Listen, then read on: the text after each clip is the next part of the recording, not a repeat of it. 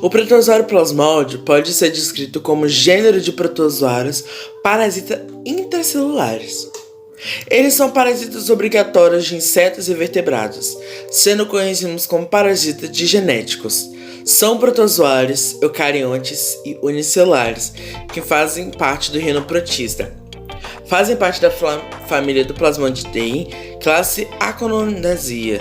Eles têm como principal vetor o mosquito Anépolis. O mosquito Anépolis é um gênero de mosquito com ampla distribuição mundial, presente nas regiões tropicais e subtropicais. Os anofelinos distinguem-se dos outros mosquitos pelos seus palpos quase tão longos quanto as probícides e pelas suas escamas brancas e pretas nas asas. Tem um comportamento típico, descansando com o abdômen em ângulo para cima. São hematófagos e várias espécies do gênero são vetoras do plasmódio e protozoário causador da malária. O que é a malária, afinal de contas? A malária é uma doença infecciosa febril aguda causada por um protozoário. As espécies que podem causar malária nos seres humanos são Plasmódio, Falciparum, Vivax, Malaride, Uvalde e Chinopsis. É uma doença endêmica nas regiões equatoriais, em regiões da América, algumas partes da Ásia e grande parte da África. Entre 85% e 90% das mortes por malária ocorrem na África subsaariana. Na Europa e na América do Norte, a doença está praticamente erradicada. Afinal de contas, como a malária é transmitida? Apenas a fêmea do mosquito Anépolis pica o ser humano, e durante a picada ocorre a inoculação dos parasitas no corpo humano em uma fase em que eles são conhecidos como esporozóitos. Esses invadem os hepatocitos, células do fígado, e multiplicam-se, dando origem aos merozóitos, que corrompem os hepatócitos e caem na corrente sanguínea, onde invade os hemácias. Nas hemácias, os merozóitos passam mudanças e formam trocitos, que dão origem a novos merozóitos, os quais rompem as hemácias e invadem outras hemácias. Com isso, há ciclos repetitivos de multiplicações. Quando as hemácias rompem-se, o indivíduo apresenta sintomas da doença. O paciente com malária pode também entrar em coma, desenvolver uma anemia, caso a doença não seja tratada, pode vir a óbito. Mas afinal de contas, quais são os sintomas da malária? A malária se inicia como uma gripe comum, às vezes sendo confundida, levando ao diagnóstico errado do paciente.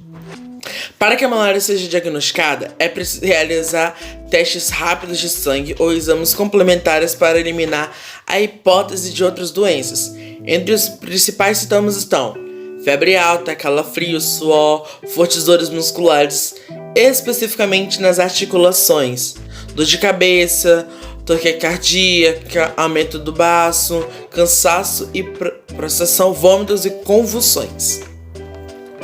O tratamento da malária é feito por meio de uso de medicamentos que matam o protozoário causador da doença e impede que ele se reproduza, fazendo que os sintomas diminuem cada vez mais. Antes de cessar de vez, nem todos os casos da malária requerem internação hospitalar ou acompanhamento médico constante, sendo que o paciente deve sempre seguir as recomendações dadas por seu médico. A malária tem cura? A malária tem cura, mas é importante que o tratamento seja iniciado rapidamente, pois em muitos casos a doença pode se tornar grave, havendo anemia, diminuição das plaquetas, insuficiência renal ou até mesmo corrompimento do cérebro, em que as chances de complicações e de morte são maiores. Modificação do fluxo da água, controle da vegetação aquática, melhoramento da moradia e das condições de trabalho, o uso racional da terra.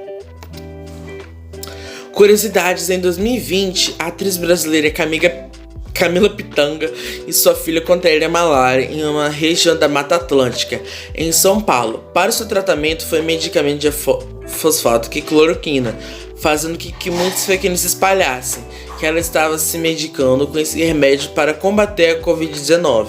O tratamento das duas teve sucesso, com a atriz anunciando pouco tempo depois que ela e sua filha estavam curadas da doença.